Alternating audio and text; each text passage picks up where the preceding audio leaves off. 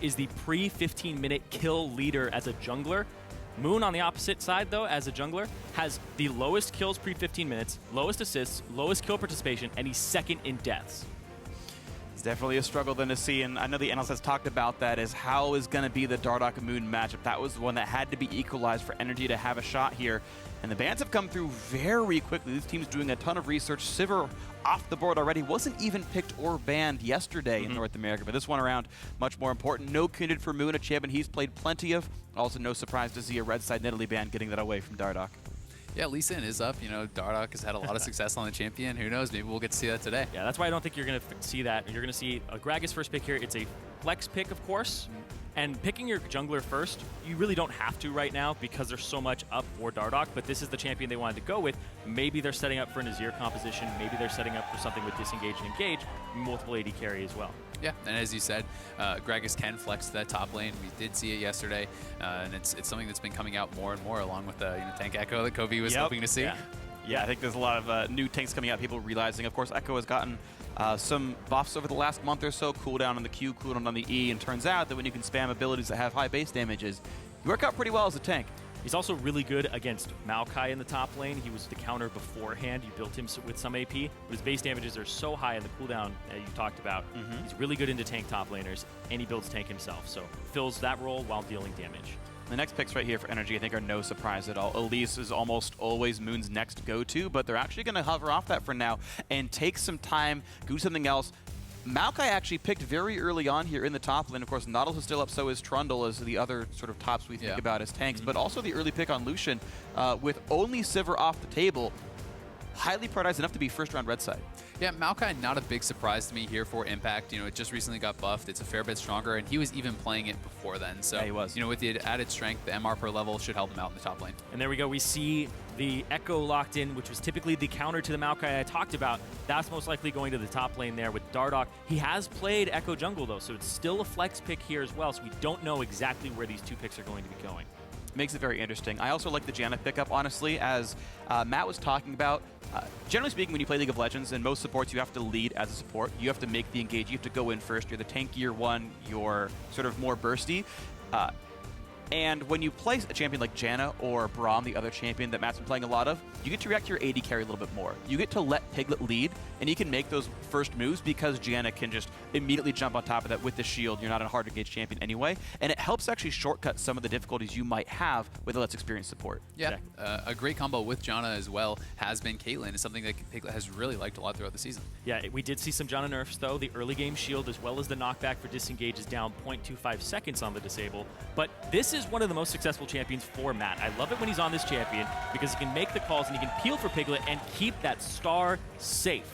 And the big thing about Janna is he's undefeated on it as well. He's 4-0. Well, you can see the next few picks coming through here as they hover the Vayne, which I'm not sure is going to come through, but either way, Trundle as well as the Rek'Sai in. So Trundle support into Janna, interesting choice. Rek'Sai jungle for Moon, actually. It's not going to be Elise after all. Meanwhile, Kalista plus Azir. Azir for FeniX. Yeah. It's back. He didn't get to play it during the regular season at all, and now he gets to play it here in the playoffs. It was a big thing for him before. You didn't want to have FeniX get that Azir. It became ban-worthy last year, but we're going to see it game one. I mean, everyone remembers the 1v4 quadra kill in the bot lane. That was absolutely insane. So FeniX definitely a sick Azir. I hope that Mouse is real. We actually cast that as a practice cast game. Yeah. We cast a Malzahar game last week. I forget who he was into, but quick call out there from GBM. Into Rise. Into Rise it was, thank you. I knew it was a short-range champion you could sort of outdistance, so probably not so likely in this matchup. GBM still to decide what his champ is going to be. Definitely a hefty front line here. Trundle plus Rek'Sai plus Maokai. They need, I think, a high-damage mid laner to make this comp actually work out, but Azir's off the table. I mean, Orianna would be pretty nice here. They have a lot of ball delivery with the Rek'Sai, with the Maokai. You know, you're able to get that ball onto the Maokai, you know, jump on the carry and take them out. And this is something you have the lockdown CC plus the ult for the Kalista. And it's also the champion that GBM fell in love with when he started playing League of Legends and climbed up the ladder. It's the champion that he ground over and over and over again. And everybody was saying when he joined the LCK, this guy's Orianna is really sick. Don't let him have it. The champion's definitely, I think, most known for in a positive sense, but he's only played it, I believe, once all split, actually, and it was a loss to Impulse, so for some reason didn't quite find success with it. But the comp is all in place. Plenty of tanks on both sides here, but the FeniX Azir, the GBM Orianna, probably the two most known champions of these guys. It's funny because he played it against Impulse and lost, but he was 5-1-3 in that loss. So he still had a fantastic scoreline with an 8 KDA, despite it not being a victory for that squad. We are here at the end of Pick and Ban. No big surprises. Yes, it's Trundle support. Yes, it's Maokai top. Yes, it's Gragas in the jungle with Ekko in the top lane for the Liquid side. Not really big surprises either way, but yes, we're back on a comfort here. We're on a composition that we know and kind of expect from all of these players. Not really carry jungles on either side, for that's worth. They're actually back on tanks here, which maybe is slightly better for NRG overall, but it's going to be an interesting one. A best of 5 now on the board here. Liquid, they got to win to keep themselves in the top 4. NRG, of course, looking to do the same. We're going to see who can do it. You guys at home? You're part of the show always. Tweet at LOL eSports with hashtag TLWin or hashtag NRGWin for which team you think it's going to be. Many people say Liquid are the favorites, analyst desk people at home included, but this is the time to show which team is going to be the one. Best of 5 starts right now in the North American LCS quarterfinals. Who's going to make top 4? And looking at the two compositions coming out here, TL with an Azir composition, they have multiple disengage and zone control champions, as well as a bit of safety, so this composition can actually wait to scale up, but they do have some dive potential with the 4 members, with excluding FeniX, who actually doesn't do a whole lot during the early game. Yeah, and I'm going to be really interested to see if TL can actually get the 2v2. Piglet has had the biggest goal differential between AD carries at 10 minutes. He's had one of the second highest CS differentials at 10, and Altec has actually been the lowest in the league at both respects. So if they can get the 2v2, it could propel them to victory, but he's going to get caught here, perhaps. Yeah, well, we're going to watch as the teams move forward. Dardoch right in front of the wings, Moon spotting him as well, and yeah, up on the Moon they go. FeniX putting some damage in. Of course, NRG pushing aggressively into the jungle and still looking to maybe be cut off. Matt looking for a tornado off on the wall. Body slam. Does hit Moon. Body slam, flash in, plenty of damage. Exhaust on Altec. He burns. The E actually learns Relentless Pursuit to run away relentlessly. Wow, another body slam lands. Somebody Hill hits up Moon. A couple hits will do it. One more! And they're gonna get first blood. What a way to start the series. What a play Liquid. from Dardoch. The 3-man body slam back-to-back. Incredible stuff. And that showed that NRG, they knew they have to blind invade to get lane swap wards because they don't want to be in a 2-on-2 against Piglet and Altec. But right now, Piglet's keeping them under turret. They can't back. Talk about 2-on-2s. How about Trundle and Maokai stuck together against this Janna and Kalista? Either way, you're late to your lane. Yeah, but it is going to be a 2-on-1 here, so TL do not get the 2-on-2 right off the bat. And I want to talk about where that first blood went, because it went to Lourlo in the top lane on that Ekko, which counters Maokai later on. So now that he's ahead of Impact and Gold, that's the big thing that NRG had, was they had Impact experience over the rookie Lourlo, and now that's going to be equalized a little bit off of that first blood. Yeah, it's definitely going to be tough. You know, the one thing that NRG has going for them, more summoners were burned on the side of TL, maybe hoping to capitalize on something there, but definitely not the start you're hoping for if you're NRG. Really not. Now, the purchase goes in towards the Ruby Crystal. Lourlo has the Corrupting Potion from the beginning of the game, and now just adding health. So, obviously, yes, a tank build coming in for him. And we watch as the level 1 and the lane swap evolves, and Piglet is actually alone entirely. Yeah. They're putting Matt down into the bottom lane. Piglet, he can just one-on-one in that top lane, no problem. He's 1v0ing. But right now, you can see Trundle, bottom side of the map. Maokai's running down. They're going 4-man onto the bottom side here for NRG. They might be looking for a dive. We'll have to see what happens here, because we know flashes, all 5 are down on Team Liquid side. They're all down, but I think they can, and they think they're going to try to defend this 3v4. Dardoch is now in the south jungle right now. They've got top laner plus support there already. TP. And yeah, there's in fact TPing, realizing they cannot get the dive to work. And now we have a lane swap we don't see very much in North America. Yeah, it's really odd. It just happened mostly because of what happened in that beginning of the game. Impact needed to back. We saw that he would decide to make a play down bottom. And this is another thing that NRG have struggled with, is that communication with Impact and where he's going to go in the early game. We saw him get dove on Trundle before and die very early on in the game. And now we're seeing something where he just missed out on experience for a while, and he's even further behind. Yeah, Dardoch with a little bit of BM there, laughing at the pillar. But yeah, and I think Liquid, it's also one of those things where they're kind of hoping to just keep the lanes going as long as possible. They don't want to let NRG out of it, and we'll see if they do end up like swapping Piglet around and trying to eventually get back into that 2v2. Yeah, and we're talking about now it's a 2-on-2 in the bottom lane with the top laner, but this is on Moon because all flashes are down on TL. Moon is the worst early game jungler in the entire league. He has to make some moves here and get an advantage for his squad, or else that first blood that went over to TL was practically for free. Absolutely, yeah. Nothing's really getting punished right now. The cooldown's now 2 minutes left on the flashes here. Piglet thankfully had a Trinket Ward that spotted Rek'Sai coming up, so no game's going to happen there. The thing is, Rek'Sai Maokai could do plenty of damage on a flashless Kalista. I'm actually surprised he didn't die. Yeah, you have flash on the Maokai as well. And Dardoch's going to bully Moon out of his jungle. Yeah, and I mean, Dardoch saw he's up a level, saw he was up on HP as well from Moon getting spotted there, and he's able to bully him out and even extend that lead. So a great early advantage here for Dardoch, and now this is making Impact have to play safe knowing Gragas is topside. Yeah, and we keep talking about these rookies and these veteran players. A big thing about the rookie factor when you come into playoffs, there are 10 players in this game, 5 of them are rookies. If the rookies are able to actually perform under pressure, and we see which ones it does take them some time for this high pressure situation to adjust, that's the difference. And TL with Matt and Dardoch, they look very adjusted to the pressure. We saw it during the regular season, and so far it's carrying over to playoffs in the first few minutes. Nobody seems panicked, but Moon, once again, it seems like his regular season performance, and it doesn't look like he's stepped up completely just yet. He's missing opportunities. Yep, across the board, TL looking good though. You know, up 8 CS, 9 CS in the mid lane, up a couple in the AD carry role, and you know, twice the CS right now for Lourlo. So things looking really good for TL across the board. Right, first blood is worth 500 gold. There's a diminished assist pool in the first few minutes of the game, so 400 plus 100 was the pool, but the gold lead itself, 1,500, right? Yeah, it's like 1,500. a ridiculous extra 1,000 gold just from the farming, like, early game here in the lanes. Liquid definitely getting out to such a wonderful start here, and yeah, it's on NRG to at some point find a way to turn that around. Yeah, it's mostly that top lane. First blood to Lourlo, so he has that gold advantage, and then just picking up CS in a safe lane. Ekko, it's kind of strange to call it a safe lane, but he was relatively safe against KonKwon and Altec, who we have known historically. You talked about it, Azael. They are the worst in 2-on-2s. Yep. So it doesn't seem to extend even further if they go into another 2-on-2 with a top laner. Yeah, I mean, Piglet's heading top, so they're going to actually end up in that 2-on-2 that they really were hoping. TL really want that. Yeah, TL was really hoping for this, and they're finally going to get it. We'll see if Moon's going to be able to do anything, as he has been kind of hanging around the top side for quite a while, and Dardoch is just busy farming it up. He's getting further and further ahead on XP and gold. Yep. All flashes are back up now for the Team Liquid squad. So Moon, he missed his window there to actually make a play. And now he's going to have to wait or force one and get more flashes out. Looks like he's heading towards that top lane, though.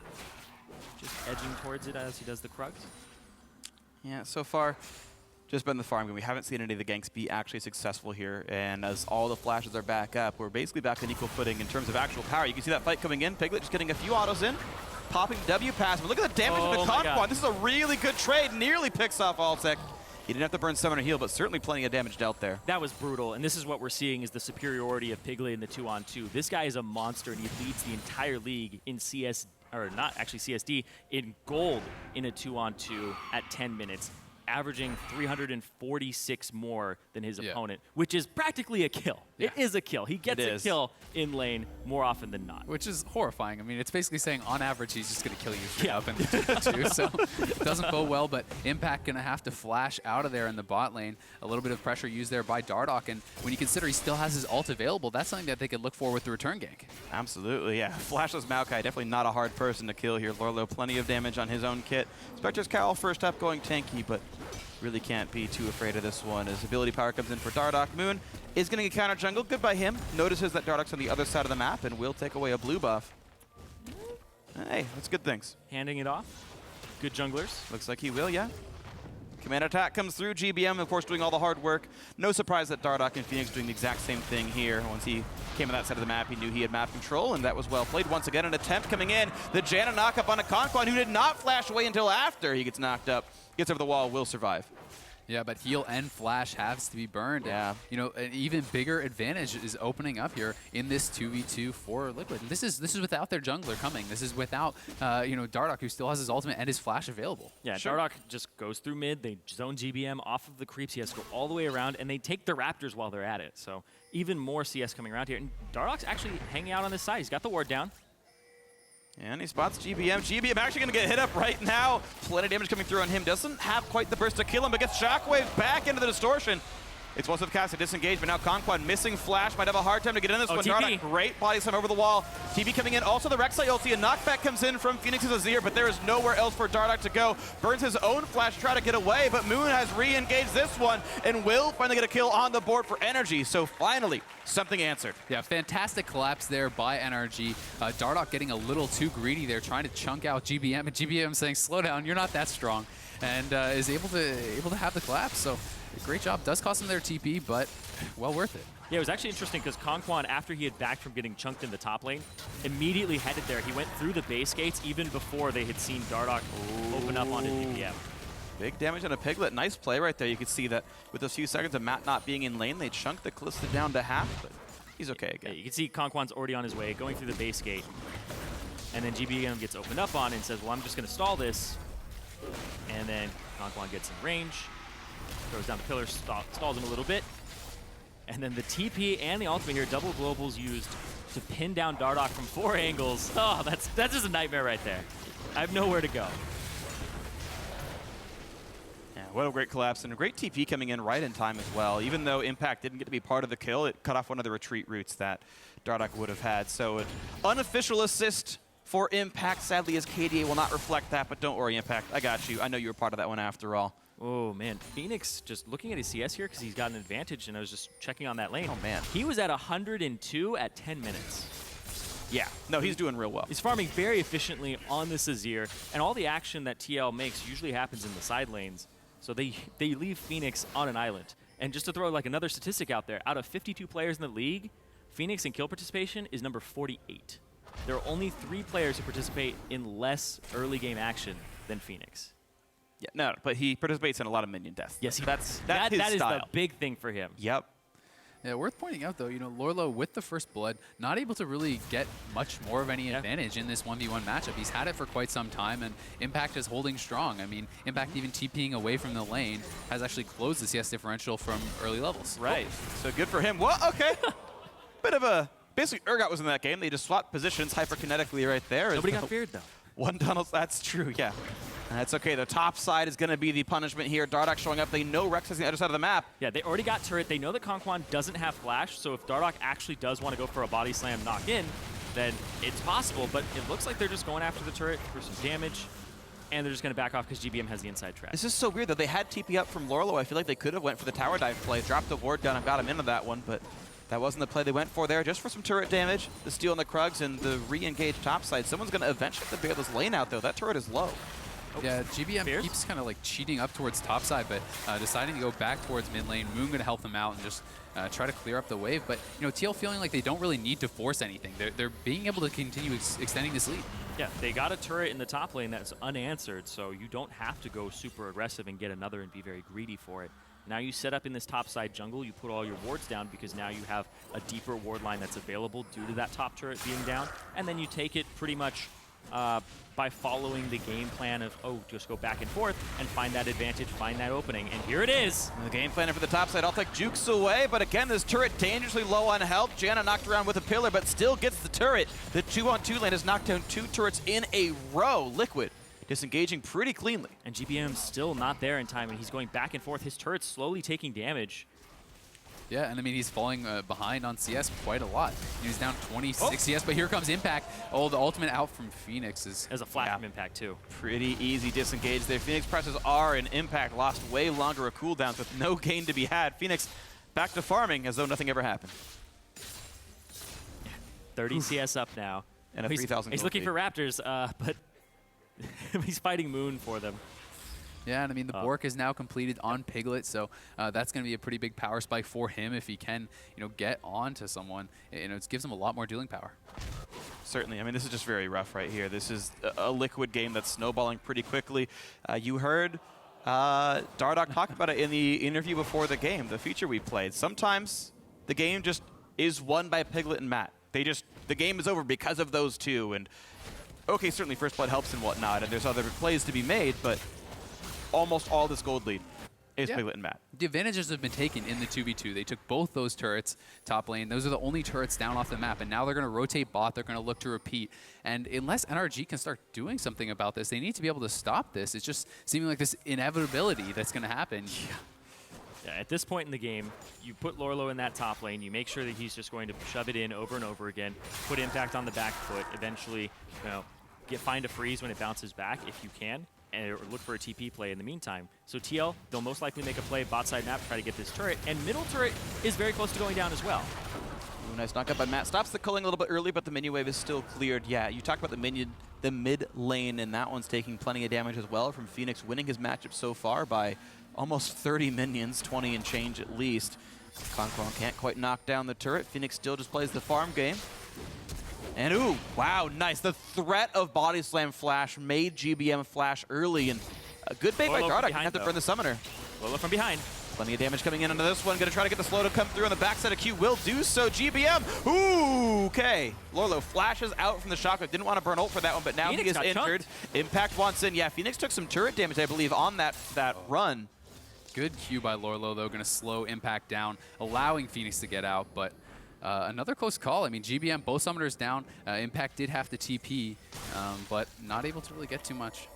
Yeah, FeniX took 4 turret shots. He ran up, and then he had to walk backwards because Impact had TP'd to that tier 2. But here comes the other half of it. NRG knew they had the health bar lead, walked into the bot jungle, looked to make a play, but sadly they got sniffed out too early, and they don't get to make that dive work after all, despite the health bar lead. Instead, all they get to do is push in the mid lane minion wave. And look, that's a small gain to be had for letting the Azir get chunked down, but FeniX won't even leave and go back. You'd rather farm these and chug a heal potion. Oh, why not? FeniX loving the farm. Top lane, though, speaking of farm, that's going to be a slow wave that's pushing towards Team Liquid, so Lourlo will have a wave to clean up that's got about 15 minions in it right now. And look at how little Liquid have to care. The fact that Moon is kind of being pulled around the map by Liquid, not even by his own team. Moon's being dragged around by Dardoch and co. Matt and Piglet are safe enough to keep pushing the turret down.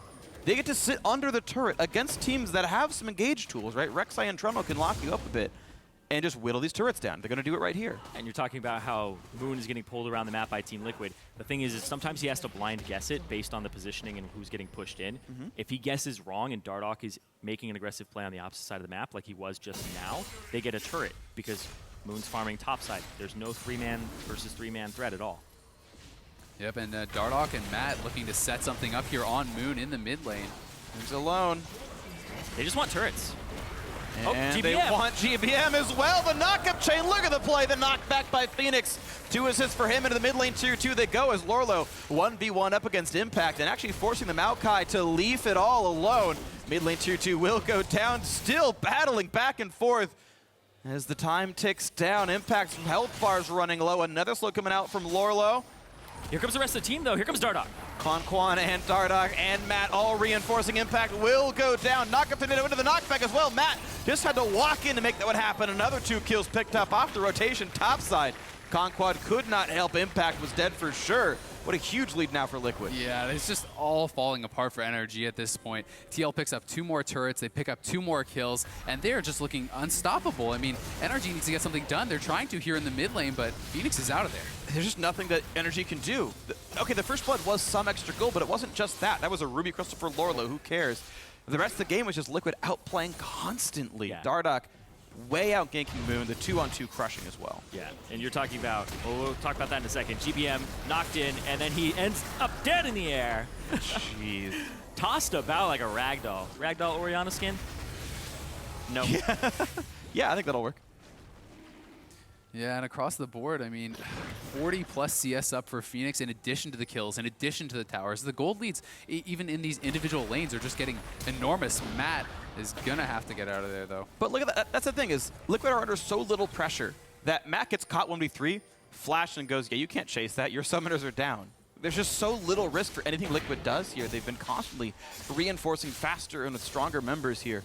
And they are running this map to the ground. They haven't even had to go for dragons. They're focusing turrets and getting the lane leads. And look, they can get the stats they want them, but there's no rush. Yeah, and you were talking about that first blood giving them a lead a bit, and then it really didn't amount to too much. It was just the outplays in the lane, especially in that bot lane where Lourlo was picking up free farm. It gave him a CS advantage that he still has over Impact now with the superior lane matchup. And then the rest of the team, Piglet, CSing like a madman. And in the mid lane, FeniX, he's just picking up both Raptors every time he can, and calling Dardoch to just walk through the lane to zone off GBM. And I mean, Piglet's on 2 completed items. We have FeniX on 2 completed items. There's just almost nothing on the board here for Altec. Altec is just finishing his first item. It's so interesting, too, that FeniX went for the Void Staff second as opposed to getting the Rylai's Crystal Scepter, which we see so much. I think he knows he just has to kill frontline. Like, he can just go frontline versus frontline, play it safe, and they'll win. It's going to work out. Definitely an efficient item, and it comes in pretty cheaply. It might have even just been how much gold he had when he recalled. But yeah, I do like the math behind Void Staff here. And yeah, killing frontline may just happen. Piglet, Matt, and Dardoch still pushing into the bot side, and they're running out of turrets to kill, of course. Top lane and mid lane tier 2 are both dead, so there's really only that one spot to go for. It's the worst problem to have. We're running out of turrets to kill. I mean, but sometimes it's really hard when you're 20 minutes in. You're like, how do we even kill them anymore? Like, they're just hiding in their base. It's not even a Baron. Gold. What do we do? It's one of the best problems to have, but this actually might be a concern for Liquid. I don't have enough item slots for this gold. But yeah, down bottom, though, they're still continuing to push this out, and looks like TL is going to pick up their 6th turret of the game. They have not lost a turret or a dragon over to NRG. Let's keep in mind, this is practically a perfect game. Yeah. Dardoch died once off being a little bit too aggressive, and a 4-man collapse to actually kill him off. Otherwise, Liquid have just been freaking dominating. And I mean, as far as next steps, Kalista's pretty good at neutral objectives. I mean, you can actually start to, within the next 5 minutes or so, start baiting at Baron. Oh yeah. Like, they can force fights, and how does NRG hope to win a fight like that besides just a miracle 5-man shockwave? Oh yeah, Azir and Kalista are both really good at taking Baron. Yeah. Azir can even take it over the wall and have some support. But you called it, Azael. The miracle 5-man shockwave. Like, that's what it's going to take here, is NRG hoping somehow that they're at a fight in the right time and getting a big burst of damage. Right? You've got plenty of AoE from Maokai. We've seen Maokai take over team fights. We saw that yesterday in the TSM series from It's an all-armor team. All physical damage. Sure. So, I mean, like, this is now harder, right? They're down 10,000 gold, and it's not facing a Zed and a bunch of other AD champions, but there are teamfight champions on NRG. Yes. And the Miracle teamfight, I think, is their hope. Yeah, definitely has to be. I mean, it's just been a complete, like, macro outplay here. Yes. You know, it's 4-1, but they're up over 9,000 gold at 21 minutes, right? This is just purely from CS, from map rotations, from taking down the turrets, getting objectives, and TL doesn't have to take any risks because they're just choking them out. It's going to be a long time till the items could ever catch up. You heard the European analyst desk talk about that. Well, hold on. We're going to talk about Lourlo fighting Impact a little bit more here as he triggers the pass, and it's going to go on an internal cooldown. Now FeniX roaming down, spotted by a ward while doing so, and in fact, Impact is winning this fight right now. Pops his ulti, but there's an Azir right ahead of him now. There's going to be plenty of punishment. Jumps over, the knockback comes in from the soldiers, right into his other one, and the kill does come through. FeniX 2-0-2. Oh, GVM just a second too late there with the command protect, but I think Impact probably would have been gone anyway, and now TL looking to push down mid. It's a 10K gold lead at 22 minutes for Team Liquid here. Right out of the gate, just showing complete superiority. All outer turrets are completely gone. They just need to get these inhibitor turrets now. And they have good siege, and they have good objective control. Well, they're going to go for the objective, actually. They summoned an Azir turret at mid lane tier 2 and said, let's go beta dragon. Sorry, beta Baron even. Impact is alive in 8 seconds here. He does have teleport available and a TP available ward. They don't see this ward, though. Yeah. Oh, wait. No. They just don't Piglet is stacking up. I think they're just going to finish. Moon's here! Moon's here! He steals it! He's got Baron! You're gotta be kidding me! But this could still be a slaughter. 2 kills picked up for it. 900 gold picked up for the 1,500 gold Baron. How many Barons how did they do it? are they going to steal? Just press R! Like, they literally have the best, almost the best possible team comp for stopping Barons. I don't think you can have a better champion in any role for this. But, I mean, props to Moon. Let's be real here. Props to Moon. Moon just slides in on the Rek'Sai, keeping his team's hopes alive. That would have been the nail in the coffin. Yeah, that would have been game, but it's still going to be an incredibly tough uphill struggle here. Yep. 2 members dead means top lane and hit is open. Baron buff or not, it's a 3v5. And this steal may not be what actually keeps NRG in the game and doesn't get them any control. It's going to be just a little bit of a stall there so that TL doesn't have it when they get that top turret. Yeah, and the Baron power play kind of telling this story. Yeah. Negative 500 gold is not what you're hoping to see on the table. Let's watch that again. Moon already tunnels, so they know he doesn't have tunnel. He flashes in, and then early smite by Dardoch. That was 1,500 when he went for the smite. So Dardoch went for it early, assuming that Moon was just going to do it right off the bat. I think they were trying to do Smite Ren combination. Possibly, yeah, that's true. I mean, wrong timing. my guess is they probably just called, okay, usually that's what they do, right? 1500, we both do it, something like that. Maybe the communication was off, different languages or whatever, but I feel like Moon, after really 3 well months played. playing together, you'd figure out the number. Yeah, I mean, Not like Piglet doesn't play Kalista. yeah. But I mean, you're right. Nerves, right? It's playoffs. I mean, you're absolutely right, right? It was obviously a mistake by TL. Props to Moon for getting it anyway. Then now we're sitting on a negative 500 gold Baron power play, active on 3 members. But that does mean that sieging is harder. Like, Liquid have to stop and be like, I guess we'll take Dragon 2. The thing And is, wait. I mean, the top turret is down, right? The inhib is open. I think TL eventually, they're probably going to pick up the Dragon because it's free. But after that, you group 5 top, you push in, that's a free inhib. There's almost nothing that NRG can do to contest that as long as you play it slowly. Definitely agree. Well, Scuttle getting picked up. There's the rest of Liquid. Yeah, Dragon 2, you don't contest this. This is not one of the options that NRG have right now. So, yeah, they're going to be down 11,000 gold. They're also going to be down that 6% AD and AP buff from Dragon 1, as NRG don't have one themselves. And Liquid can, yeah, I think top lane is a pretty easy choice to go for. You're seeing Lourlo already trying to set that one up, battling Impact, who is tanking some minions. They finally die to a Sunfire Cave. Raises the roof, praises the sun, gets stunned up, and now maybe looking to run back towards his own base, gets a shield from Orianna, and Lourlo, no worse for the wear. Yeah, it's going to be a mid lane push here from TL, and then they're just going to jump up to the top side as FeniX. Ooh, okay, that was actually a shockwave, chunking people low. Piglet down to half HP, burned his heal for that one. If he finds some minions, he'll be able to lifesteal up very quickly, but Yeah. Looks like Piglet, is building into the Mercurial, so he does have 2 sources of lifesteal already. He just needs to lifesteal up on the wave. They'll probably let him do that, and the Baron buff is actually kind of helping out here, giving him some more HP, some more lifesteal. So good guy Impact helping his former teammate out. Good guy Impact. Hoping to keep the minions alive a little bit longer, but in the top lane, they try one more time. I really like this build from FeniX. Because he has the Riley's Crystal Scepter now, and he's able to penetrate through Impact with that voice. Oh, It's wow. really good. GBM nearly loses his armored shell right there. Orianna limping around now, leaking oil, having to run back now to the fountain and heal back up. And the 5v4, because of that, means the inhibitor does go down. Baron buff has timed out. And a 26-minute inhibitor kill. Liquid's still up 11k. Oh, man. Energy at this point. They might start talking about what to do next game in pick and bans and what they want to ban out here. Because this is just really Piglet and FeniX with superior just CSing in lane. It's not something that you can really prepare for in pick and ban unless you get a counter matchup, and Energy will be on blue side next time.